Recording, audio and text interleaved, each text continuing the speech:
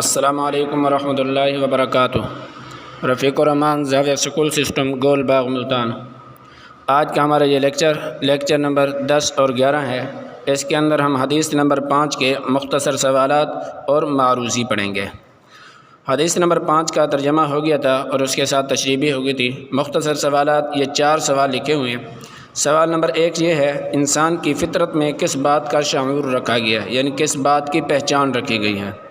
جواب یہ ہے، انسان کی فطرت میں نیکی اور بدی دونوں کا شعور رکھا گیا ہے۔ یہ تشریح کے اندر وضاحت کے ساتھ بتلا دیا تھا کہ نیک کام کرنے اور برے کام کرنے کی پہچان انسان کو اللہ نے شروع ہی سے دے دی تھی۔ نمبر 2، ایمان کی لذت سے کون لوگ ناواقف ہیں؟ جواب، وہ شخص جو اپنے جذبات، احساسات اور خیالات کو اللہ کے رسول صلی اللہ علیہ وسلم کی مرضی کے مطابق نہ ڈھالے، وہ ایمان کی لذت سے ناواقف ہے۔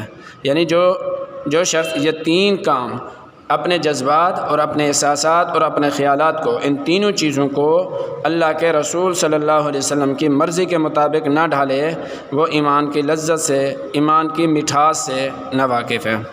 سوال نمبر 3 یہ ہے، رسول صلی اللہ علیہ وسلم کی اطاعت حقیقت میں کس کی اطاعت ہے؟ جواب یہ ہے، رسول صلی اللہ علیہ وسلم کی اطاعت حقیقت میں اللہ کی اطاعت ہے، ارشاد ربانی ہے، رب تعالیٰ کا ارشاد ہے، جس نے رسول صلی اللہ علیہ وسلم کی اطاعت کی، پس اس نے اللہ کی اطاعت کی۔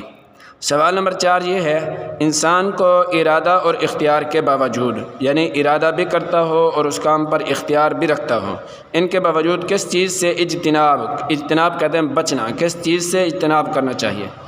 جواب، انسان کو ارادہ اور اختیار کے باوجود برائی اور گناہ کے کاموں سے اجتناب کرنا چاہیے۔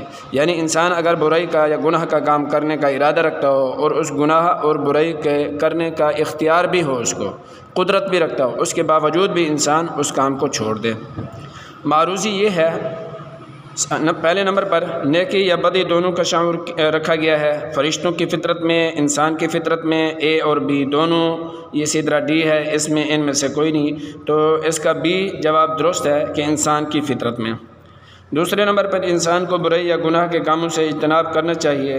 سوال پہلا آپشن ہے ارادے کے باوجود، دوسرا ہے اختیار کے باوجود، تیسرا ہے اے اور بی یعنی ارادہ اور اختیار کے باوجود، تو یہ تیسرے نمبر والا ہے سی کے اے اور بی یعنی ارادہ اور اختیار کے باوجود۔ تیسری معروضی یہ ہے، جس نے رسول صلی اللہ علیہ وسلم کی اطاعت کی، پس اس نے اللہ کی اطاعت کی، یہ ہے، یعنی قرآنی آیت، حدیث، قول صحابی، قول تابعی، تو یہ قرآنی آیت کا مفہوم ہے، تو یہ جس نے اللہ کے رسول کی اطاعت کی، اس نے اللہ کی اطاعت کی۔